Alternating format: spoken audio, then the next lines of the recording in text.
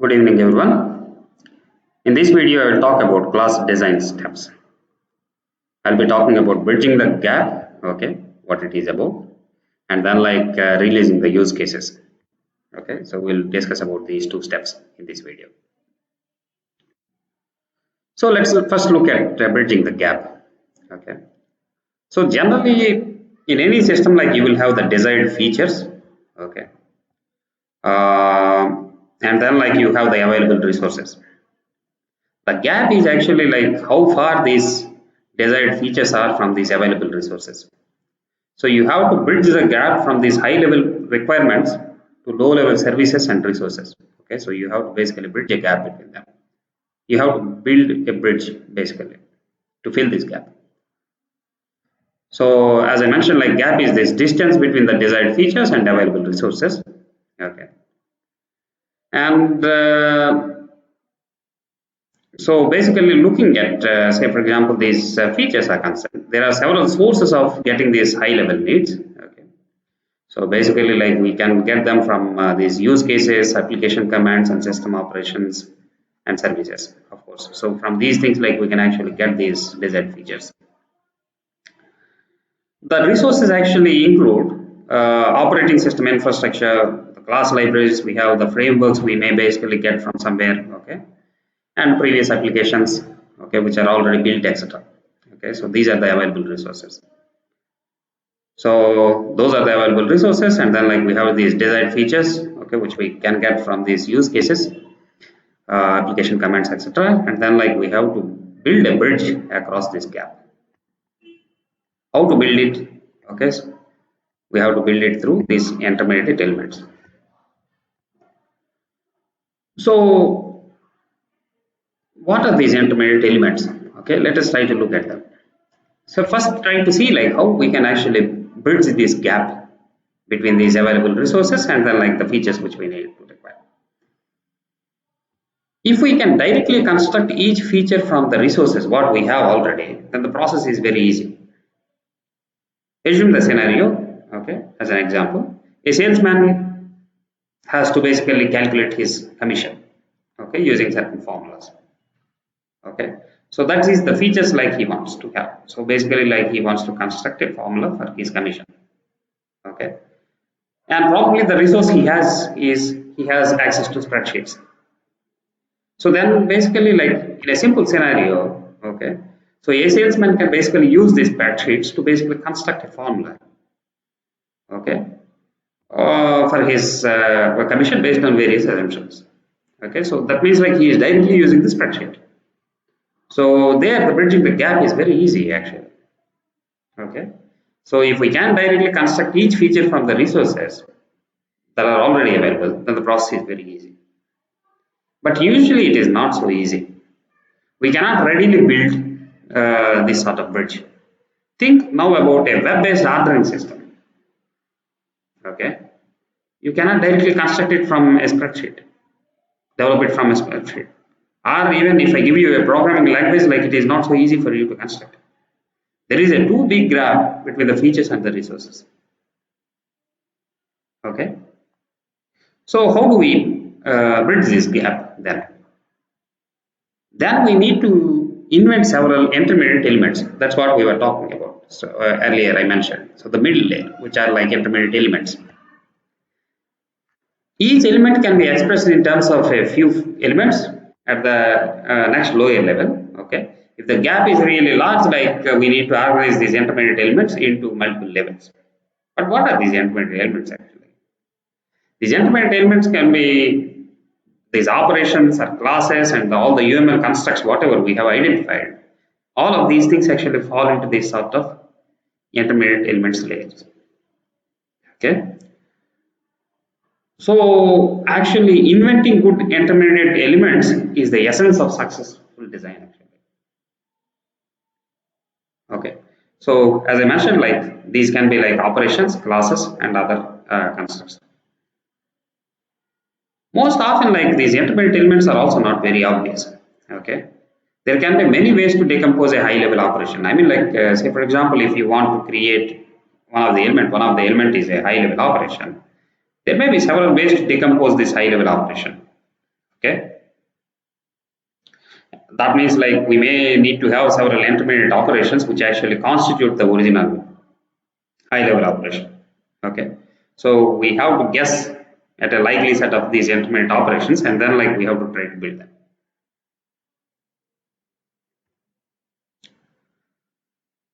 If the intermediate elements are already built, we can definitely reuse them. As I was talking earlier as well. Okay, so when we were thinking about building subsystems and etc., we already talked about the frameworks and libraries, etc. So basically, like we can find the what are the elements we need to uh, bridge this gap. Okay, we can find these elements in a framework or class library, and then like we have to select them. But the important thing is we have to fit all the things together. Okay. Developing individual features is probably relatively easier, but then like you have to get from multiple places because like you want to reuse them, okay, from multiple frameworks, okay, so from class libraries, you have to actually fit all of them together, okay. In that sense, like design is a very difficult task. It's not just a pure analytic task. I mean, like say for example, if you take a system and then like you study its requirements, okay, and then like observe all the requirements and all its features required and everything, okay. And just by doing that analysis, you cannot derive the ideal system. There are far too many choices for intermediate elements. I mean, like say for example, if you think in terms of the implementations or different solutions you have huge number of options. You can't try all of them. Okay. So into your system, and you cannot get the best out of it and then like fit it into your system. It is not always possible. So you need to apply some sort of heuristics. Okay, say for example, this type of application I will be using these type of operations, etc. Not just reusing, design also requires synthesis. Okay, so you have to create. Okay, so we have to invent new intermediate elements and try to fit them together. So fitting all of them together is a critical thing. Okay, once again, I iterate the point like developing individual elements, okay, intermediate elements is possible. Okay, so but the thing is like you have to basically bring everything together, fit them together so that like the system actually functions properly. It's a very creative task in that sense. Okay, design is a very creative task. It's almost like solving puzzles or like proving theorems or like playing chess. You get some of the basic guidance, okay, in terms of designing the system through the development process. If you keep on learning the things and you keep on developing the things, eventually you will have enough knowledge so that like you can design the system properly. Okay. But again, okay, the development process provides you the basic guidance. Okay. Say for example, if it is like playing some puzzles or like say for example chess, you can take a book and then like you can read the steps. But eventually, like when you are playing, you have to apply all the knowledge and then like you should be creative. That's how like the design requires that synthesis. It needs enough expertise as well and experience. So that's about the bridging the gap. Then the next step in the class design is the realizing the use case. During the application analysis, we already added major operations to the class model. That's what we will be doing at the application analysis. But during the class design, we take these complex operations and we have to actually elaborate them. Okay. And most of these complex operations, again, basically come from the use cases. So in that sense, like use cases actually define the required behavior, actually system level behavior, but they do not define how it is actually realized. Okay, that is basically the purpose of the design, to choose among the options and prepare for the implementation. So that is the main purpose of the design. So when we are taking the options, okay, so we must also consider the consequences. Okay, whatever the choices we are making. Say, for example, we may have to consider about the performance, the reliability aspects, how reliable the system will be eventually if you take that particular choice. Okay, for that particular design, or ease of feature enhancements. Say, for example, if you want to enhance whether the design choice which you are making is right or not, you have to consider all these things. Not just we may have to use, reuse, or consider the existing ones. Okay, we must also invent new operations and new objects that provide this behavior whatever we are trying to implement, okay, which is actually specified by the use cases.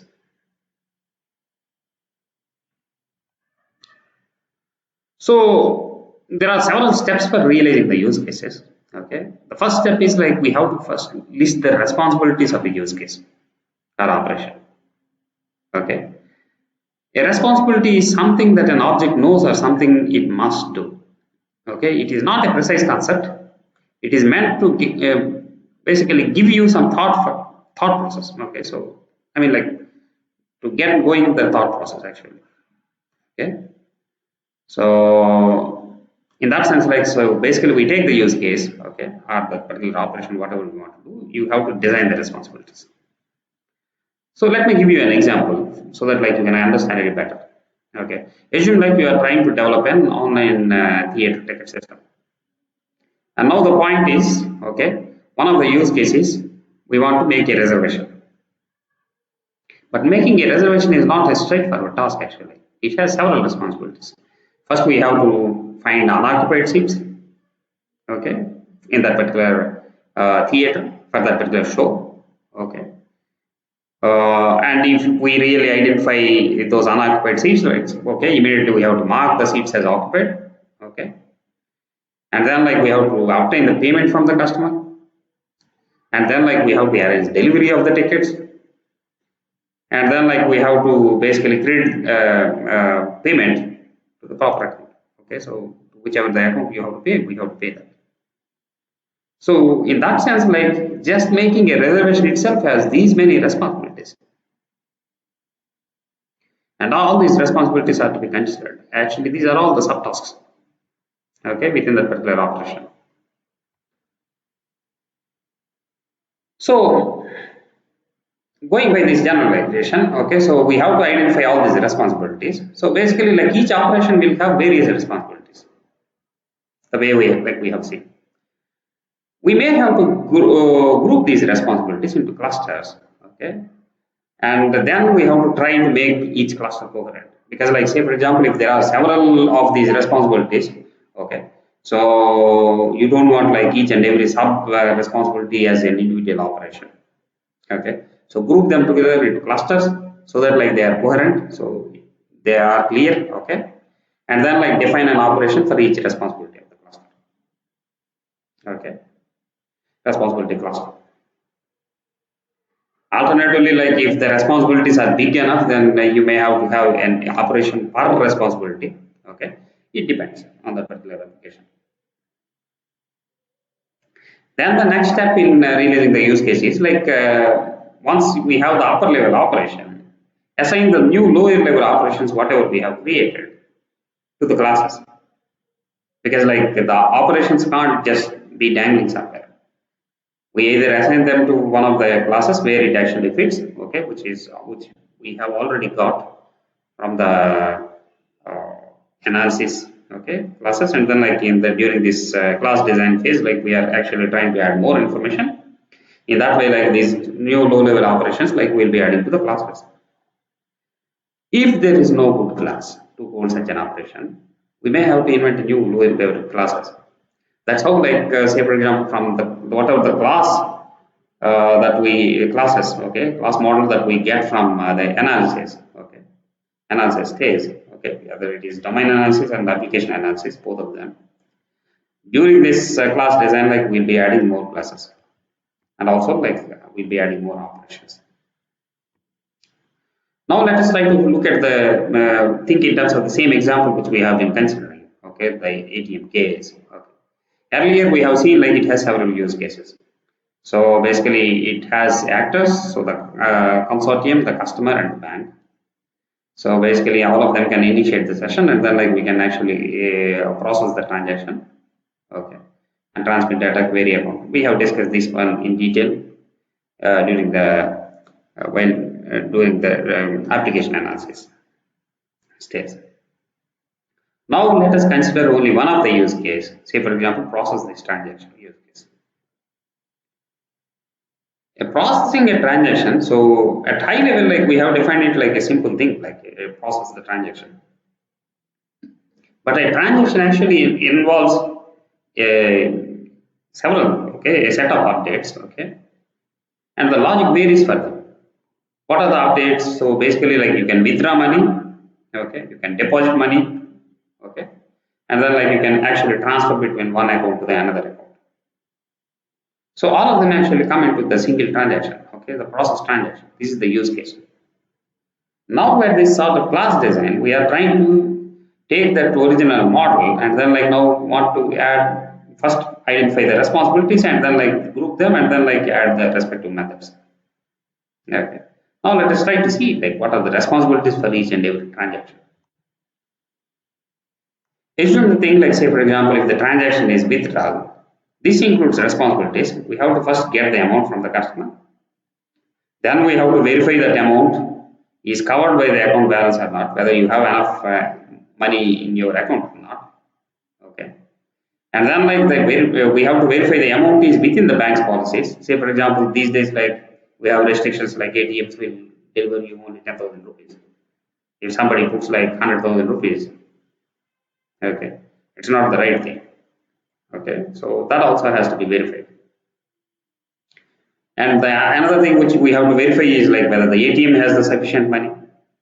Then we have to give the money, disperse the funds. Then we have to debit the bank account. Okay, because like if you give some money, so you have to cut something from the account. And of course, like at the end, like we have to post entry on the customer's receipt. Customer receipt also you are giving, so you are putting all the transactions, whatever he has executed in one receipt. So just a withdrawal has so many of these responsibilities.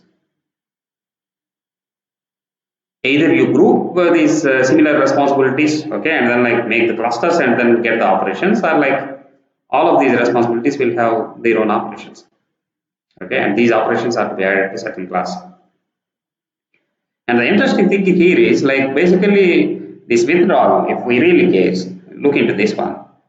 A database transaction ensures all or nothing behavior. Say for example, if you are trying to withdraw, you should be dispersing the funds and you should be debiting the bank account. If something wrong happens and then like you cannot debit the bank account, you will not be dispersing the funds.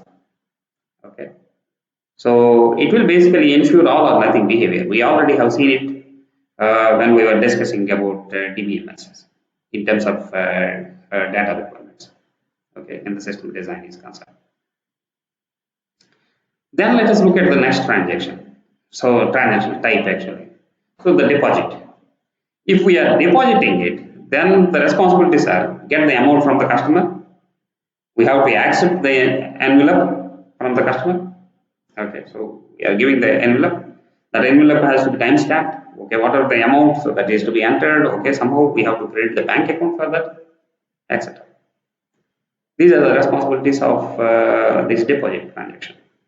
Now, if you think in terms of the transfer transaction, okay, includes this includes responsibilities like we have to get the source account, we have to get the target account, we have to get how much amount like we want to transfer, whether we have to verify whether the source account has enough amount or not.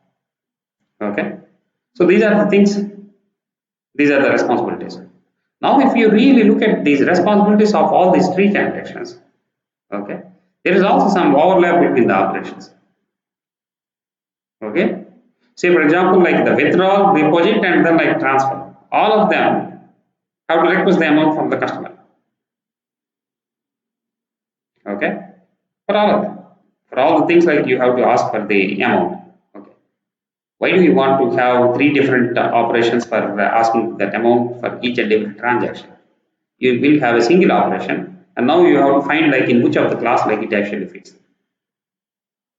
That's what you are actually taking care in this sort of realizing the use cases, okay, and then like adding relevant operations to the classes. Similarly, like transfer and withdrawal, okay, transfer and withdrawal, both verify that the source account has sufficient funds or not. Again, like we see a responsibility which is falling across multiple, so multiple transactions in this case, okay. So in theory, like all of them are falling into one use case. The use case for us is actually process transaction. So a reasonable design would realize this behavior and build it only once. Okay, so that's what I have been talking about. So these multiple operations which are appearing in these different transactions, you will have a single operation. Okay, so which is putting all the behavior into it. That's about realizing the use cases, okay, and also like the bridging the gap. So regarding the reference concerned, so we are now in chapter 15, object-oriented modeling and design with UML. Michael Blaha and James Rupa. Thank you very much for your attention.